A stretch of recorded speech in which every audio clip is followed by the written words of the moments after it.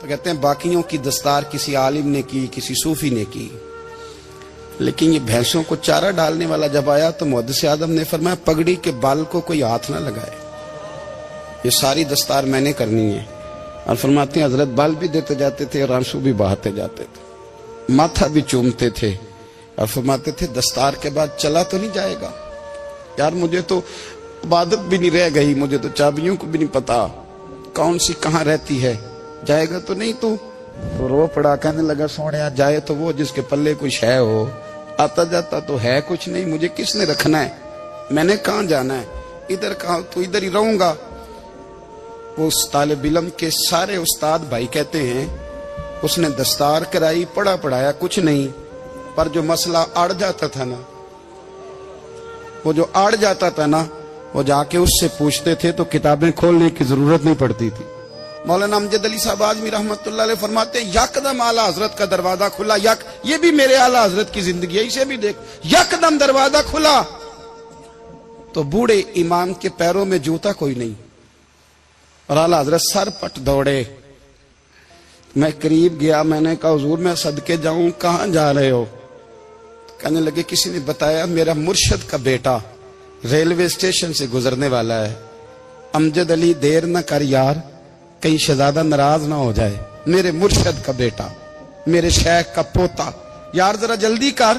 کہتے ہیں اعلیٰ حضرت دوڑے ریلوے اسٹیشن پہ, انہیں اگر فتوے لکھنے آتے تھے کل کے رضا ہے خنجر خونخوار برق بار, تو وہ یہ بھی کہا کرتے تھے کیسے آقاؤں کا بندہ ہوں رضا, بول بالے میری سرکاروں کے. دوڑے گئے ریلوے اسٹیشن پہ, اور بوڑھے شیخ صدر الشریعہ کہتے ہیں میں نے کہا حضور میں نہ چلا جاؤں؟ کہنے لگے نا پتر, میں نے بڑا نمک کھایا اس گھر کا, میں نے بڑی نوکری کری ہے, میری اپنی ڈیوٹی ہے, تمہاری تو نہیں نا. میرے شیخ فرماتے ریلوے اسٹیشن پہ حضرت کھڑے ہیں تو ایک مسافر اترتا, اس کے قریب جاتے ادب سے سلام لیتے تو کہتے ماریرا شریف سے تو نہیں کوئی آیا؟ کہتے ہیں وہ مسافر گزر جاتا, دوسرا آتا تو پھر قریب جاتے, کہتے وہ اس کے آستانے سے تو نہیں آئے, ادھر سے تو نہیں کوئی آیا. کہتے سارے گزر گئے, جن مسافروں نے اترنا تھا اتر گئے, ٹرین چل پڑی. تو میں نے کہا حضور کسی نے آپ کو غلط اطلاع دی تھی, شہزادے تو آئے نہیں. کہنے لگے یار اطلاع غلط تھی یا ٹھیک تھی, پر یہاں تک آنے کا مزہ بڑا ہے. آپ سمجھ سکتے ہیں اعلیٰ حضرت کے دو بیٹے ہیں, حجت الاسلام مولانا حامد رضا خان صاحب اور مفتی اعظم عالم اسلام. دونوں شہزادے اتنے بڑے شہزادے تھے کہ دونوں اپنے اپنے وقت کے سب سے بڑے مفتی ہوئے. یہ بھی تو میرے اعلیٰ حضرت ہیں نا, اس کو بھی تو ذرا سمجھو نا. خشکی اور پھر خشکی اور پھر خشکی. ایک دن پیر صاحب نے کہا, نوری میاں صاحب, کہ احمد رضا یار وہ بھینسیں رکھی ہوئی ہیں تو ان کو نا گیدڑ آ کے تنگ کرتے ہیں, تو دو کتے مل جائیں نا کبھی, تو چلو رات کو پہرے داری کریں گے, دو کتے مل جائیں. میں اکثر سوچتا ہوں کہ اعلیٰ حضرت تو عالم تھے, ان کا کتوں سے کیا لینا دینا؟ حضرت جی آپ نے کتوں کی بات کرنی تھی تو کسی دنیا دار سے کرتے, دو کتے مل جائیں تو ذرا جانوروں کی دیکھ بھال کریں گے. فرمایا حضور سویرے ہی آ جائیں گے. بھئی آپ کا تو یہ شوگر ہی نہیں, تو آپ کہاں سے لائیں گے؟ دن چڑھا تو دونوں بیٹوں کے گلے میں رسیاں ڈالی. اعلیٰ حضرت کو صرف آپ فتوے کی روشنی میں دیکھتے ہیں, آپ کو اس شخص کے درد کا نہیں پتا, اس کے ذائقے کا نہیں پتا, وہ کس سٹیج کا آدمی ہے, سٹیٹس کیا ہے طریقت میں, شریعت میں, عشق میں. دونوں شہزادوں کے گلوں میں رسیاں اور پکڑا ہوا ہے. تو نوری میاں صاحب کہتے ہیں میں چارپائی پہ بیٹھا تھا تو نیچے بٹھال دیے دونوں بچے.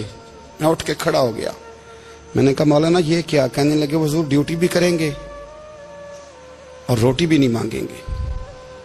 جنہ تنا وچ عشق نہ رچیا کتے او نہ تھی چنگے, مالک دے کر راکھی کر دے صابر بھوکے ننگے. کدھر گیا ذوق, کدھر گیا وہ درد؟ اور پھر جب باری آئی رسول اللہ کے پیار کی, جب باری آئی نبی پاک کی محبت کی, تو پھر فاضل بریلوی کا قد اگر لکھنے میں کمال ہے نا, تو محبوب کے پیار کرنے میں بھی کمال ہے. انہوں نے نا ساری زندگی یعنی ساری زندگی یہ کہہ کے گزار دی کہ عشق تیرے صدقے جلنے سے چھٹے سستے، جو آگ بجھا دے گی وہ آگ لگائی ہے. ایک سید صاحب تھے، مکان بن رہا تھا اعلیٰ حضرت کا، تو سامنے نا بالکل لائبریری تھی. تو جب مکان بن رہا ہوتا ہے تو تب سارے مستری مزدور اندر ہی ہوتے ہیں، تو سب کا آنا جانا تھا، سب لوگ آتے جاتے تھے بلا جھجک. تو وہ سید صاحب بھی ایک دن آ گئے، سامنے لائبریری میں ملے، پھر چلے گئے. کچھ دنوں کے بعد گھر مکمل ہو گیا، اب عورتیں بھی آ گئیں. تو شاہ جی کو پتہ نہیں تھا. وہ پرانا ہی ماحول سمجھ کے نا، مولانا ظفر الدین بہاری کہتے ہیں پرانا ہی ماحول سمجھ کے تو اندر آ گئے.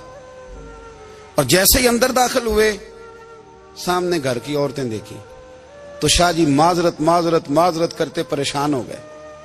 اور پھر جب دوبارہ پلٹنے لگے تو اعلیٰ حضرت دوڑ کے گئے، ہاتھ چومے، کہنے لگے شاہ جی آپ کو تو پتہ نہیں تھا، اور آپ مہربانی کریں یہ معذرت والا لفظ واپس لیں.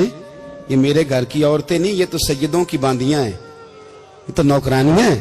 تو آپ مہربانی کریں، یہ انداز آپ کا جو ہے یہ درست نہیں، آپ مہربانی فرمائیں اندر آئیں.